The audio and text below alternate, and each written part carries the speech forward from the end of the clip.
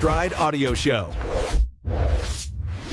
Presented by Speak English with Us. Have you ever said something polite in English, but it sounded kind of rude instead? Oh, for sure. Like when you say, maybe we can meet later, and the other person feels you're just brushing them off. Totally awkward. Exactly. Or when you go to a friend's house and want to compliment the food, but your words land so direct, it suddenly gets a bit quiet, and you freeze. That moment when you realize you messed up, but you don't know what went wrong, so you just laugh it off and hope no one noticed. This episode is for all those times when you try to be polite, but somehow it comes out wrong. And this is a B1 level episode, perfect for intermediate learners. Beginners, you're welcome too, don't worry. We're diving into how to say the right thing in tricky cross-cultural moments, whether it's bringing a gift, joining a colleague's dinner, or politely refusing an invitation without sounding cold. It's not about talking more or sounding fancy, but about reading the situation carefully. First, you think about the relationship, then the setting, and finally choose the right tone. That's right. Like, do you want to be warm and friendly, gentle and subtle, or direct and clear? We'll help you spot which approach works best. And here's a quick question for you listeners, 3 seconds only. Have you ever felt your English didn't sound polite enough? Say yes or no. Ready? Go. Got your answers. We bet this episode's gonna change how you handle those awkward moments. Stick around till the end for our word tour, where we break down 5 key expressions that come up all the time in these kind of chats. I wonder, what are you guys doing right now? Maybe scrolling on your phone or brewing some coffee? Either way, this will make your next conversation smoother. And later we'll share one simple trick to soften any sentence turning a cold no into something polite that sounds natural. But first, let's jump into why we often say the wrong thing without meaning to. It's all about pragmatic awareness, knowing what your words actually mean to others. Plus, there's the whole face-saving skill, not hurting feelings, even when you have to say no. That's what mastering English social skills is all about. So, get comfy and let's start understanding. The subtle language moves together. You know, Maya, one time I was at a colleague's dinner for the first time, and I wanted to be polite by saying something nice about the food. So I said, "This dish is okay." Wait, that sounds a bit direct, doesn't it? What happened next? Exactly awkward moment. Everyone's faces froze for a second. Then the host smiled politely, but I could tell they were a bit uncomfortable. Yeah, that's a classic example. Sometimes being too direct sounds like you're criticizing or not being genuinely polite. Right, I thought I was being honest and clear, but I forgot to read the room first to sense the mood and choose my words carefully. That's such a common problem. When we don't have pragmatic awareness, that's the skill of choosing words based on context, not just grammar or vocabulary. So, what you said at that dinner was grammatically correct but socially awkward. You could have said, "Oh, this is quite interesting," or even, "I really like the flavors here." Something gentle that's easy to accept. It's about being gentle, not blunt. And that's hard because it's not taught much in classrooms. They teach you what to say, but not how it comes across, especially in cultures where indirectness and saving face are really important. Yes, some cultures value being straightforward. Others expect you to soften your message. So we have to learn to switch depending on the situation. And that's where reading the room becomes a crucial skill. It means you observe body language, tone, and context before you speak, and adjust how direct or gentle you want to be. I remember another time when I tried to politely refuse a friend's invitation to a weekend trip by saying, "Maybe I can come next time." They looked disappointed. It felt awkward. That happens so often. Phrases like maybe or we can try often sound noncommittal. Or worse, like you don't really want to go. That's why they seem less polite, even though you meant well. So being polite isn't always about using soft words. Sometimes it's about being clear, but with the right gentle tone and ending. Spot on, like adding a phrase such as, if that works for you at the end, can soften a direct refusal and save the other person's face. Let's try a quick role play of a situation like that. I'll pretend to kindly refuse a colleague's invite to an after-work drink, but I'll say it wrong first. Hold on, Leo. Let's pause right there. Why? Because your first sentence is too direct and sounds a bit rude. For example, if you said, I'm busy, I don't want to go, that feels harsh and leaves no room for kindness. Okay, so what should I say instead? Try this. Thanks so much for the invite. That sounds lovely. I can't this time, but hope you have a great evening if that works for you. Thanks a lot. That sounds great, but I can't make it this time. Hope it's fun if that works for you. Perfect. See how that sounded polite, gentle, but still direct, and you ended with a soft note that respects their feelings. That definitely feels less awkward than my first go. I see now how read the room helps decide when to be direct and when to use gentle wording. Exactly, and the same idea applies when you meet someone new or when you want to compliment a neighbor on their garden. Yeah, like if you just say, your garden is good. It sounds a bit too direct and flat. Right. Better to say, your garden looks beautiful. I really love the colors, if you don't mind me saying. I've had those awkward silences when I failed exactly at moments like these. We've all been there. The trick is to be aware in the moment. Before speaking, pause for 3 seconds and ask yourself, am I being polite, gentle, or direct? And what's the relationship here? That's a simple mental checklist we can all use, and it saves so much trouble later. Also, it's okay if you mess up sometimes. Just notice it, learn to adjust with your words next time. So here's the practical step.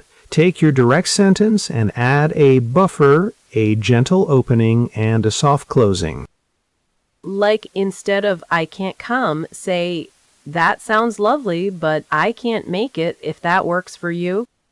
That way you respect the other person's feelings without hiding the truth. And this combination builds good social bridges. It's polite and authentic at the same time. So we've covered situations like declining invites, complimenting hosts, and chatting with neighbors. Right, and it all boils down to pragmatic awareness, the skills to understand what's going on before you speak. That's key. Without it, even the best English words can come off as awkward or rude. And by the way, there is a phrase for this. It's called pragmatic awareness. We'll break it down more in the word tour later. Plus, we'll show you how to spot awkward moments early and fix them in real time. So, the question is, do you always have to soften everything? I don't think so. Sometimes being direct is actually the kindest move because people don't want 3 layers of fog. Hold on. That sounds efficient, but it can also sound cold. If someone invites you to dinner, no is direct, sure, but it can land like a door slam. Right, and that's where read the room matters. If the person is casual and joking, a simple answer might work. If it's a new colleague or an older neighbor, you probably want more cushioning. But if you add too much cushioning, aren't you being fake? I've heard people say, that sounds lovely, maybe another time if that works for you, and it feels slippery. Not fake socially aware. You're not hiding the truth. You're making the truth easier to hear. That's the whole point of being polite without sounding stiff. Okay, but let's test that. Imagine your boss says, are you coming to the team dinner? If you say, no, I'm busy, that's direct and clear. What's wrong with that? Nothing is wrong in every case, but if the dinner matters to the relationship, a gentle answer protects the connection. And that's often more important than saving 2 seconds. But what if the relationship isn't close? Why waste time? People sometimes hide behind extra words and the message gets lost. Because message and mood are not the same thing. You can say the same message in a way that feels respectful. For example, "That sounds lovely, but I can't make it this time," keeps the meaning clear and the tone soft. But isn't that still just a nicer wrapper around no? If the answer is no, why not just say it? Because in many cross-cultural moments, the wrapper is part of the message. If you walk into a friend's house and say, "This is delicious," that's fine. But if you say, "This is the best meal I've ever had in my life," some people may hear exaggeration, not warmth. So even compliments can misfire. That's awkward. Exactly. And the fix is not say less forever. It's to notice the social setting before you speak. That's what read the room means in real life. Not a slogan, just a habit. Let's bring in a real example. Your neighbor invites you for tea. You don't know them well. You want to be friendly, but not overdo it. What do you say? I'd say, "That sounds lovely. Thank you so much. I'd love to come another time if that works for you." It's warm, polite, and not too heavy. And if you're already close friends? Then you can be a little more direct. "I can't today, but I'd love to next week." Same honesty, less padding. But what about the fear of sounding fake? A lot of learners worry that these extra phrases make them sound like they're performing manners. That's a fair worry. But language isn't just information, it's relationship management. When you use a gentle bridge, you're not performing, you're taking care of the interaction. I still think being clear is underrated. If I'm helping someone carry bags, I don't want 10 softeners. "Here, let me take that" is simple and human. Totally. In urgent or practical moments, direct is often best. The skill is not choosing one style forever, it's matching the style to the moment. Okay, so let me push back one more time. If learners always aim for soft language, won't they become timid? They'll stop sounding real. Only if they confuse softness with weakness. A polite refusal can still be strong. "I'd love to, but I can't this time" is clear. And it protects the other person's feelings. That's actually better than my old habit, which was just a dramatic silence and a guilty smile. Very advanced, very useless. We've all done that. And this is why Read the Room is such a powerful idea. It helps you decide whether your sentence should be direct, gentle, or more polite. Let's do a quick practice round. I'll say a blunt version, and you turn it into something more natural. Ready? Ready. Give me the blunt one. "I can't come. I'm busy." Great. More natural. "That sounds lovely, but I can't come this time." Or, "I'd love to, but I'm tied up tonight." Nice. The first one feels a little cold, and the second one keeps the door open. Exactly. And notice how the softer version isn't longer just for the sake of it. It's doing a job, preserving warmth. So the real skill is choosing the right level of distance. Too much and you sound icy. Too little and you sound pushy. Yes, and once you hear that balance, you start noticing it everywhere. Greetings, invitations, compliments, even tiny follow-up messages. That's the kind of listening skill that makes English feel less like a test and more like a conversation.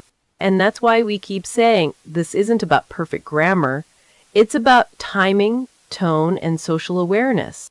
The stuff that makes people feel comfortable with you. Which means your English can be correct and still feel awkward. Tragic, but true. Very true. And now you've got the first big lens. Don't just ask, "Is my sentence correct?" Ask, "Does this sentence fit this moment?" So we've seen the problem, the awkward moments, and the debate. And one thing keeps showing up: timing, tone, and the mood in the room. Right, because being direct isn't always wrong. but being too direct at the wrong moment can feel cold. And being polite isn't fake. It's often just smart social timing. Exactly. Now let's turn those ideas into 5 words you can actually use. Okay, now the fun part. Let's go back through those moments and pull out the words that kept popping up naturally. Right? Because these aren't random vocabulary items. They're the exact tools that help you sound natural when the situation gets tricky.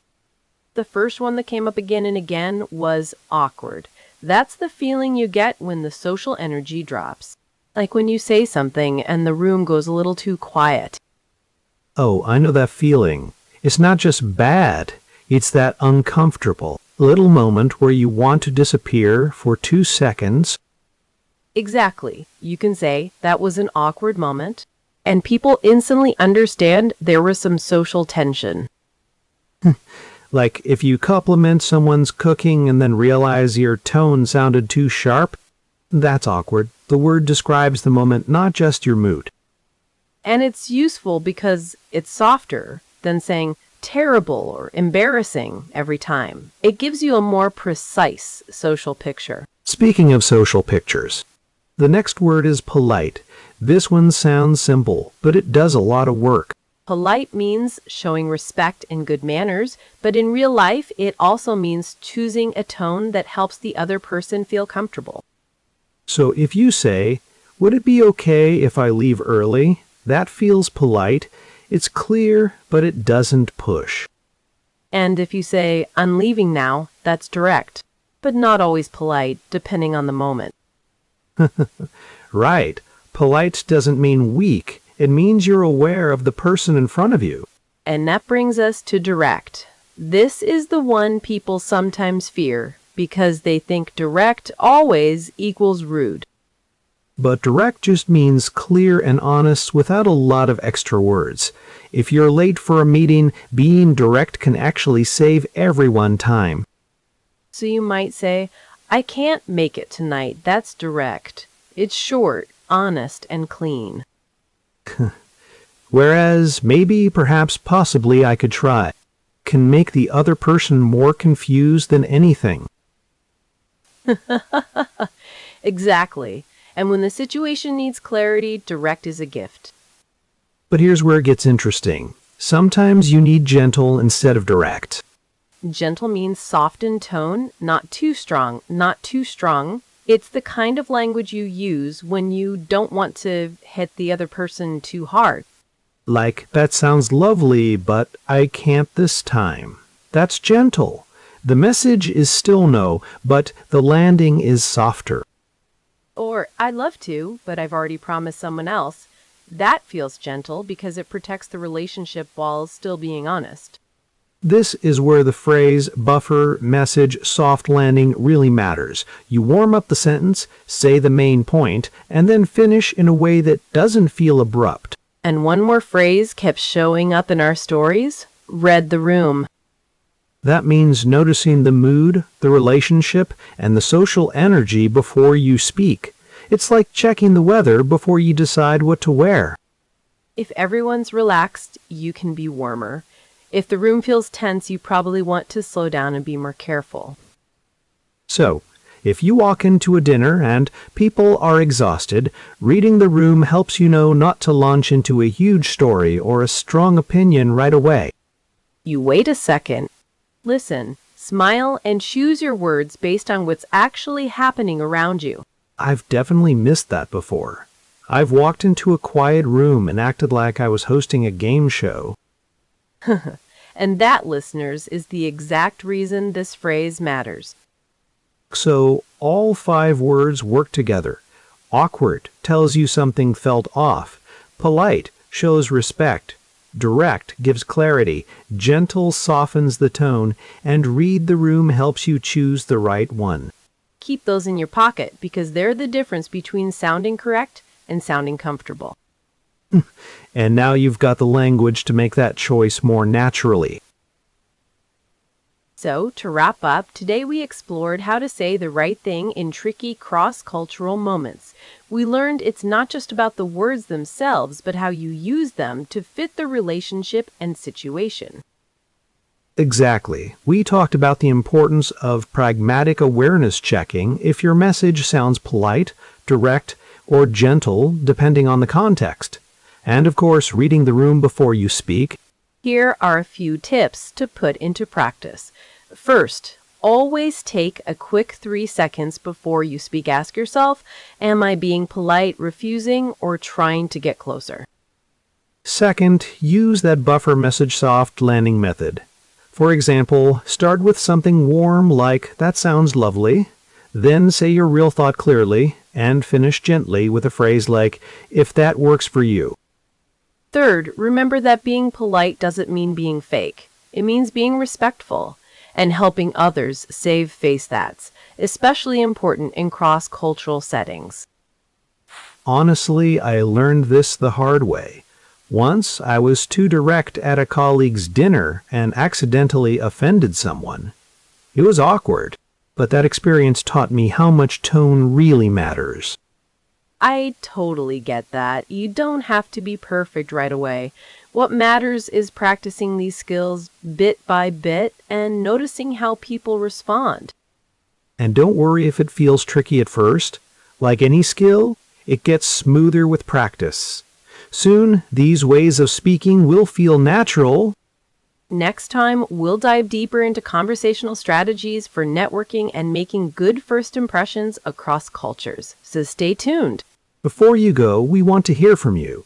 Tell us in the comments, what's one situation where you felt your English wasn't polite enough? How did you handle it? We read every comment and love hearing your stories. Thanks so much for listening. Take care and see you in the next episode.